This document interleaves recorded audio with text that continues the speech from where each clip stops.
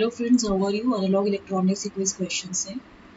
पहला क्वेश्चन है, which of the following statements about the op amp differential amplifier is incorrect? The output of op amp must be zero when the voltage is applied at its terminal are different to each other.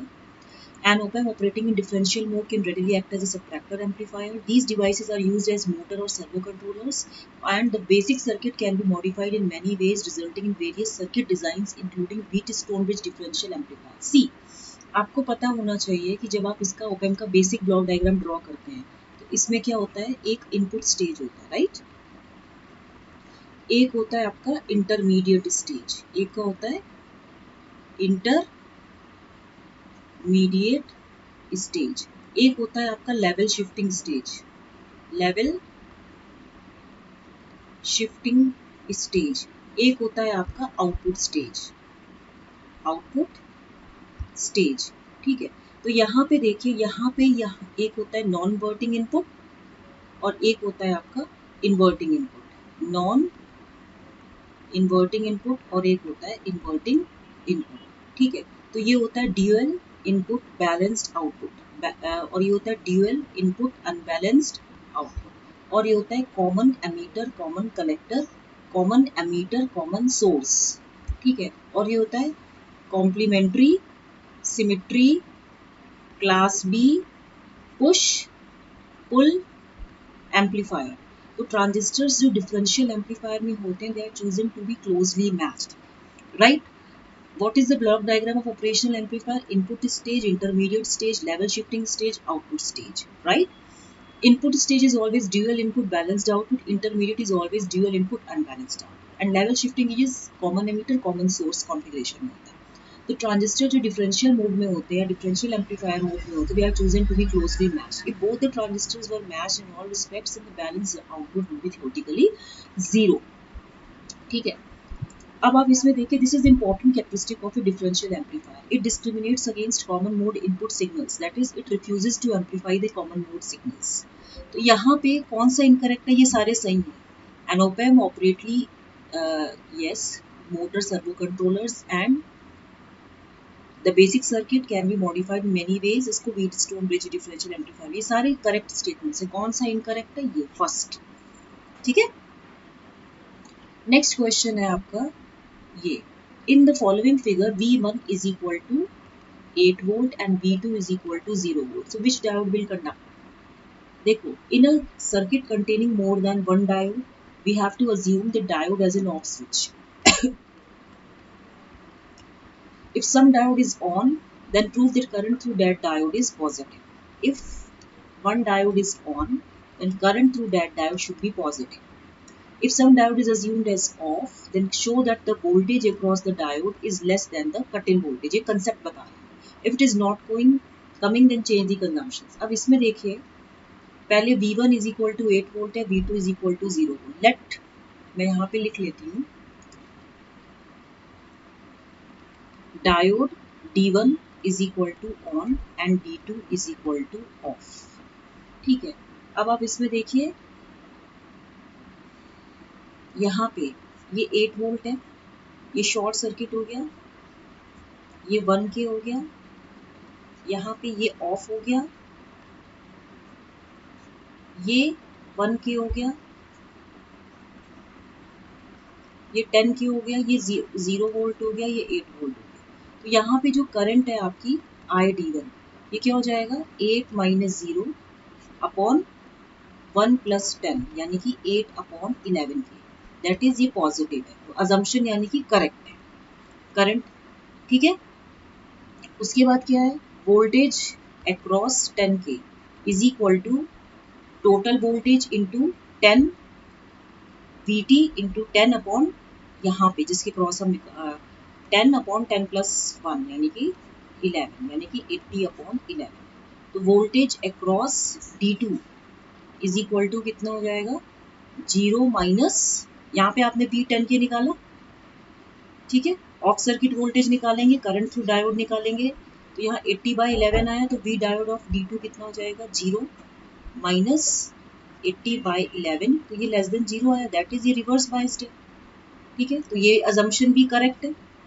ठीक है, therefore only ये वाली diode conduct करेगी, ये वाली diode conduct नहीं करेगी। तो करेक्ट ऑप्शन क्या होगा कि विच डायोड विल कंडक्ट, तो only diode D1 will conduct. ये कॉन्सेप्ट मैंने आपको बताया था कि whenever this is the case, तो आपको पहला ज़ूम मानना है कि डायोड ऑफ है। अगर वो ऑफ है तो आपको V voltage across that diode निकालना है, which should be less than cut in voltage, जो कि 0.7 है। और अगर डायोड ऑन है देन इसमें आपको करंट थ्रू डायोड निकालना है, विच शुड बी पॉजिटिव। ठीक है, नेक्स्ट क्वेश्चन है, the hysteresis width of the circuit is given as the value of R is. देखो इस केस में आपको क्या करना है, as there is a positive feedback, क्योंकि यहाँ पे पॉजिटिव फीडबैक है तो इसीलिए ये एक Schmidt trigger, right, Schmidt trigger. ठीक है, तो यहाँ पे आपको क्या करना है, देखिए let V not is equal to +10 volt. तो D2 जो है ऑन है एंड D1 ऑफ है। ठीक है, तो V plus is equal to क्या हो जाता है बताओ, V output into R upon R +2। ठीक है, let D2 is on and D1 is off. पहला केस तो ये है। ठीक है, तो यहाँ पे जब when V input is greater than 10R by R +2 and output switches from +10 volt to -10 volt, and when V input is less than 10R by R +2 then output remains at +10 volt। ये case 1 था जो मैंने तुम्हें case 1 बताया कि अगर V output तुमने सच V output is +10 volt, पहले हमने क्या माना कि D2 ऑन है तो D1 ऑफ है, तो V प्लस कितना हो जाएगा आपका V output into R by R +2।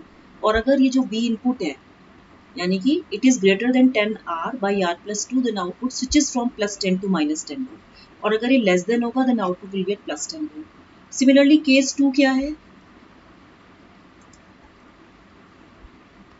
Case 2 है कि let V output is equal to -10 volt. तो यानी कि अब हमने माना कि D1 ऑन है।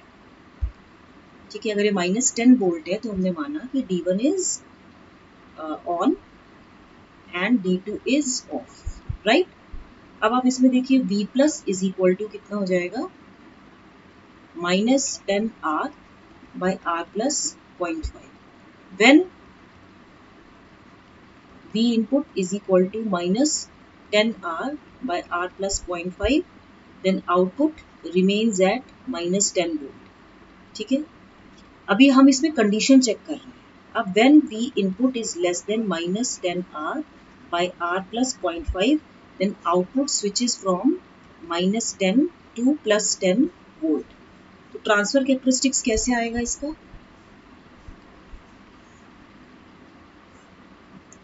यहाँ पे इस तरीके से कुछ होगा, यहाँ पे +10 ये -10,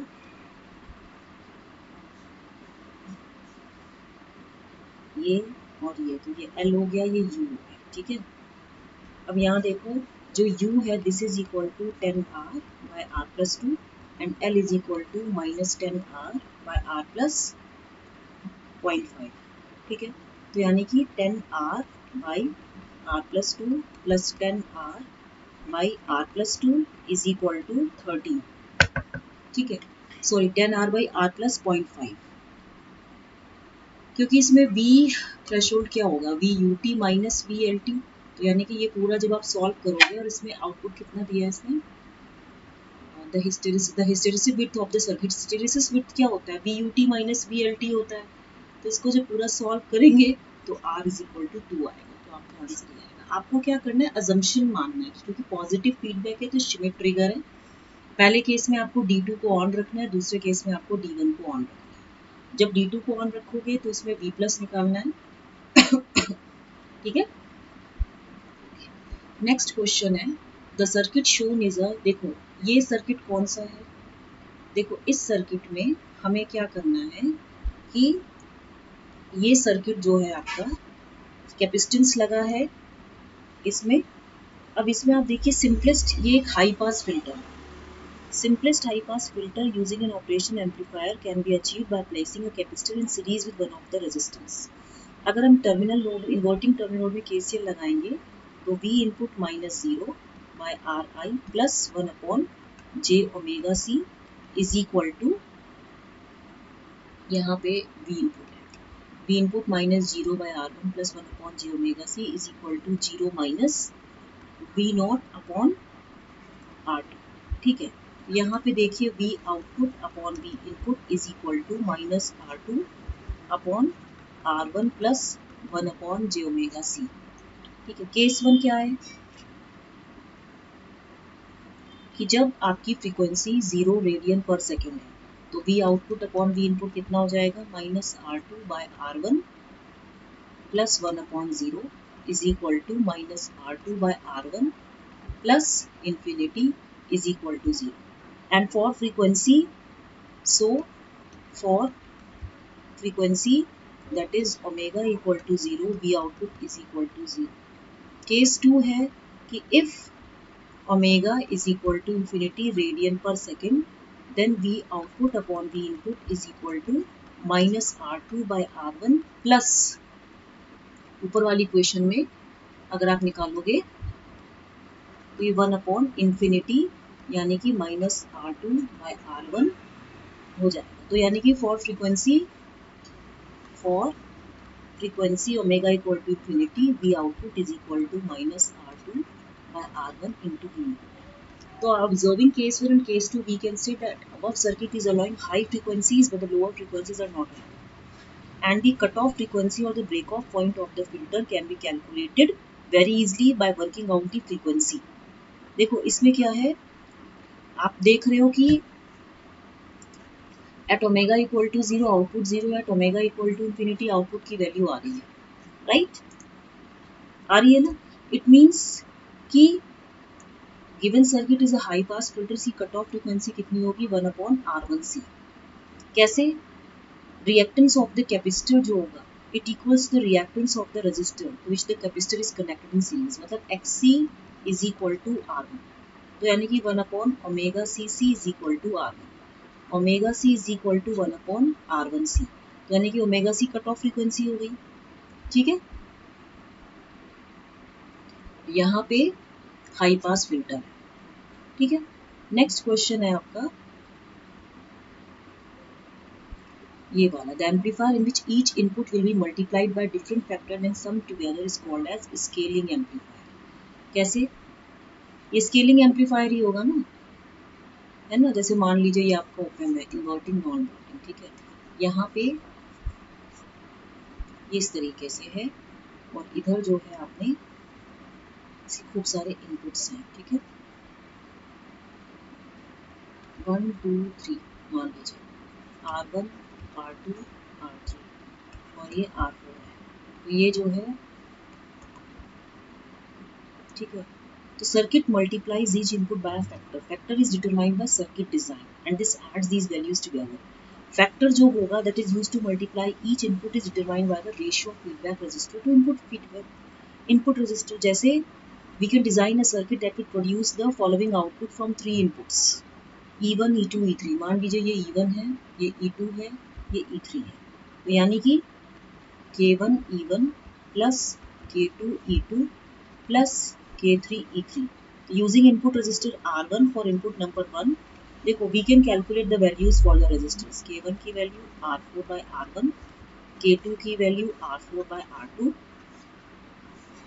एंड K3 की वैल्यू R4 by R3। ठीक है, तो यहाँ पे ये क्या है, स्केलिंग एम्पलीफायर। तो ये आई होप ये क्वेश्चंस थे क्विज टाइप के, इसे कर लीजिएगा। Okay, thank you, like share subscribe करना मत